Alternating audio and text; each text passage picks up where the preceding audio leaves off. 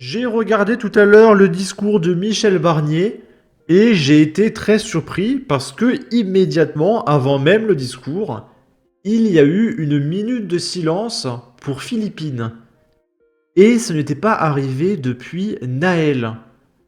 Et la droite ne demandait que ça, qu'on respecte un petit peu les Français qui perdent la vie à cause d'une immigration absolument incontrôlée, notamment les plus dangereux. Parce que la droite veut qu'on expulse les criminels. Et ça m'a étonnamment fait plaisir. On va regarder ça. Normalement, l'Assemblée nationale, c'est libre de droit, mais là, on est sur LCI, donc j'ai un petit doute.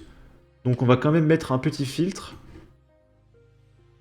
Philippine avait 19 ans seulement.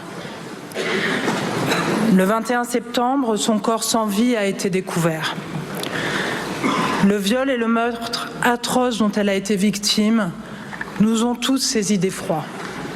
Dans tout le pays, cette tragédie insoutenable a soulevé une vague de douleur et d'émotion. À la famille et aux proches de Philippine, je veux adresser nos condoléances les plus attristées et leur dire notre soutien sincère. Aucun discours ne saurait combler la perte d'un enfant, mais qu'ils sachent que nous sommes à leur côté dans cette terrible épreuve. Leur affliction est aussi la nôtre. Mesdames et messieurs les membres du gouvernement, mesdames et messieurs les députés, en la mémoire de Philippine, je vous invite à observer une minute de silence. Et du coup, nous aussi, on va faire cette minute de silence. Et on peut constater que la France insoumise n'a étonnamment pas fait le bordel et n'a pas insulté la mémoire de Philippine pour une fois. Écoutons cette minute de silence.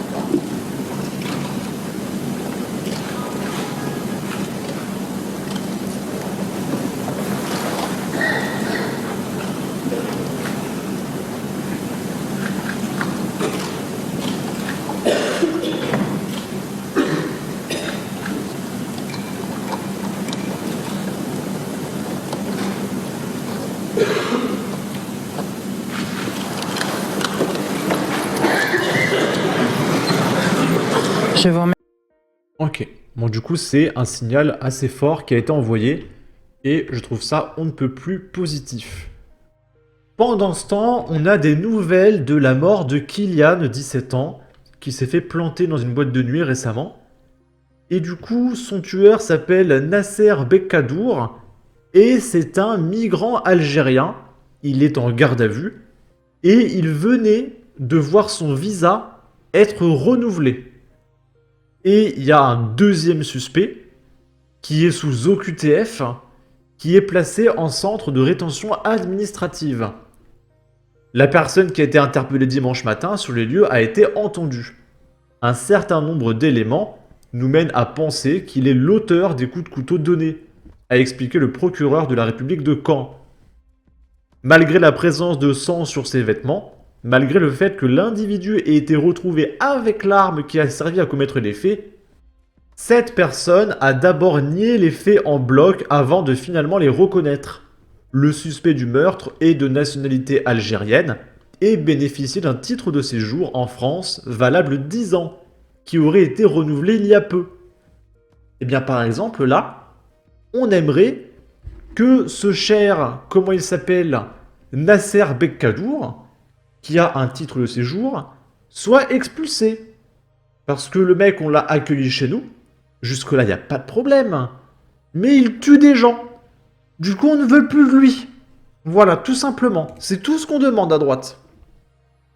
Un supposé complice présent lors des faits s'est lui rendu à la gendarmerie pour être entendu en qualité de témoin. Cet homme était sous le coup d'une obligation de quitter le territoire français émise en janvier 2023. Il est inscrit au fichier des personnes recherchées et est notamment connu pour rébellion, refus d'obtempérer, conduite sans permis, a-t-on appris. Pareil, on aimerait qu'il soit expulsé. Il va être placé en centre de rétention administrative selon nos dernières informations. Et là, Alors, on a un témoignage du gérant de discothèque, mais ça dure 24 minutes. On va pas écouter ça. Et du coup, Nasser Bekkadour, c'est ce monsieur, un Algérien de 24 ans. Ok. Là, on apprend que l'affaire, non pas seulement de Philippines, mais aussi de Kylian, fait le tour du monde. Ça a été partagé par cette américaine et ça a fait 1 million de vues. Donc la nana est une commentatrice, avocate, si je comprends bien. Et j'ai aussi vu des tweets espagnols, portugais parler de ses affaires. Donc c'est pas si anodin que ça.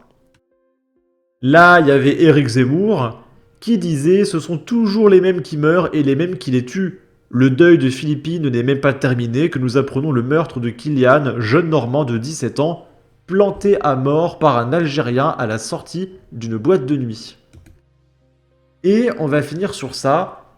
Il y a un serveur qui s'est interposé lors d'un vol dans un restaurant. Et du coup, il s'est fait éclater. On va lire tout ça. Voulant empêcher un vol dans le restaurant du 13e arrondissement où il travaille, un serveur a reçu ce dimanche un coup de poing au visage et a été transporté à l'hôpital avec un pronostic vital engagé. Donc il a dû prendre un sacré coup de poing.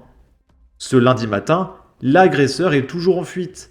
Il est environ 21h dimanche, dans la petite rue Baudricourt, proche de la station de métro Maison-Blanche à Paris, lorsqu'un homme fait irruption dans un restaurant.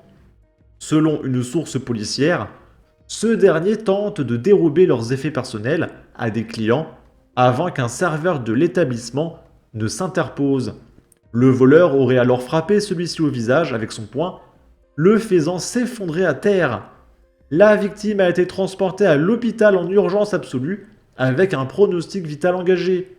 L'agresseur a, lui, pris la fuite et n'a pour l'heure pas encore été retrouvé par les forces de police.